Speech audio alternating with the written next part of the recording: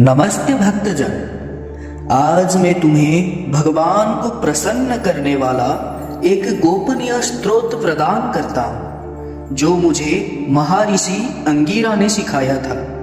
जब भी तुम अपनी शक्तियों से निराश होगे और तुम्हें अपने अंत दिखाई देने लगे, ऐसे संकट के समय अपने अहंकार को छोड़कर प्रभु के श्री चरणों में अपने आप को समर्पित करके इस मंत्र से प्रभु की स्तुति करोगे तो प्रभु प्रसन्न होकर तत्काल तुम्हारा संकट हर लेंगे।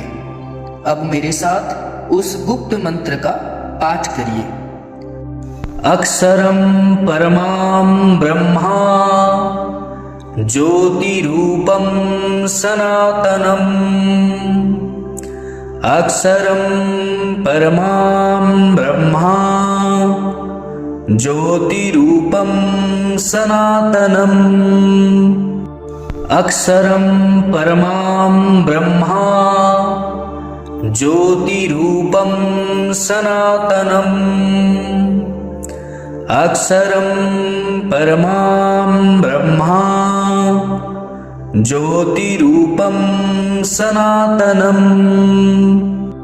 अक्षरं परमां ब्रह्मा ज्योतिरूपं सनातनम्।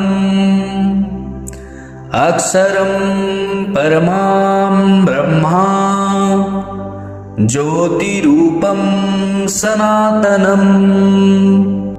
अक्षरं परमां ब्रह्मा ज्योतिरूपं सनातनम्। अक्षरं परमां ब्रह्मा ज्योतिरूपं सनातनम्। अक्षरं परमां ब्रह्मा ज्योतिरूपं सनातनम्।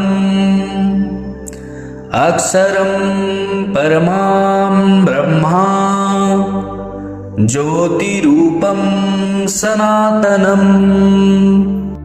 अक्षरं परमां ब्रह्मा ज्योतिरूपं सनातनम्। अक्षरं परमां ब्रह्मा ज्योतिरूपं सनातनम्। अक्षरं परमां ब्रह्मा ज्योतिरूपं सनातनम्। अक्षरं परमां